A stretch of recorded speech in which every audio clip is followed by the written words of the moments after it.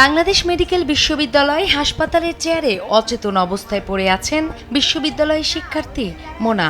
12 দিন ধরে মেয়েকে নিয়ে হাসপাতালে ভর্তি উৎকণ্ঠিত মা। চিকিৎসকরা এমআরআই পরীক্ষার পরামর্শ দিলেও পরীক্ষা করানোর সুযোগ মিলছে না। মাস্টার্স দিবে এবার, সেই মেয়ে আমার মাথা ব্যথা 10 মাস হলো।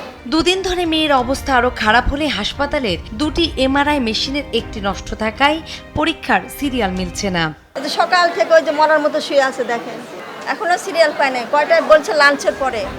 শুধু মোনা নয়, প্রতিদিন এমন দুর্ভোগ পোহাতে হয় চিকিৎসা নিতে আসা শত শত রোগীকে। বহির্বিভাগে চিকিৎসা নিতে আসা রোগীদেরও বাইরের দ্বিগুণ খরচে এমআরআই করাতে বাধ্য হচ্ছেন। তা একটা ভাই জায়গাছে এখনো পর্যন্ত কোনো সিরিয়ালই পাইতাছি না। অনেক অসুস্থ হয়ে গেছে আমার আম্মু। এমআরআইটা বলছি হবে না, এই জায়গায় এদের মেশিন নষ্ট হবে না, বললো যে আপনার বেশি ইমার্জেন্সির বাইরের থেকে করে।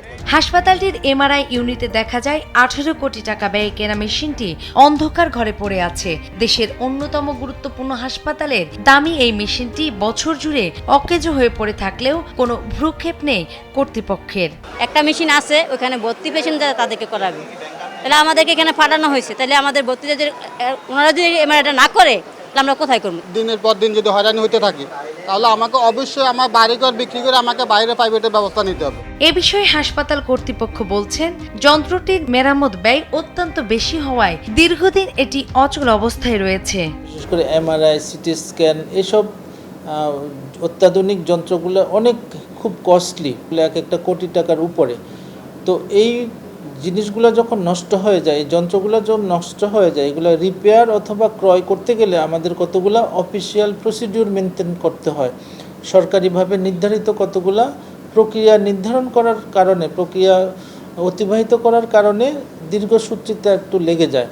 স্বাস্থ্য বিশেষজ্ঞরা বলছেন, একটি বিশেষায়িত হাসপাতালে এত গুরুত্বপূর্ণ একটি যন্ত্র বছরের পর বছর অচল থাকা শুধু অব্যবস্থাপনাই নয়, এটি রোগীর চিকিৎসা অধিকারেও প্রশ্নবিদ্ধ করে। মেডিকেল ইউনিভার্সিটির 2টো মেশিনের একটি নষ্ট বছরখানেক যাবত, যেখানে প্রতিদিন এমআরআই করার বিশাল লিস্ট, লোকজন 15-20 দিনের আগে তাদের সিরিয়াল পায় না। সেখানে এটা তো হতে পারে না, একেবারেই গ্রহণযোগ্য না। কারণ যদি সেন্টার অফ এক্সেলেন্সে যদি এই অবস্থা থাকে তাহলে অন্য জায়গায় কি হবে? বিষয়টি তদন্তের পাশাপাশি এমআরআই মেশিন দ্রুত সারিয়ে তোলার দাবি সংশ্লিষ্টদের। নূপুর মাহমুদ, দেশ টিভি, ঢাকা।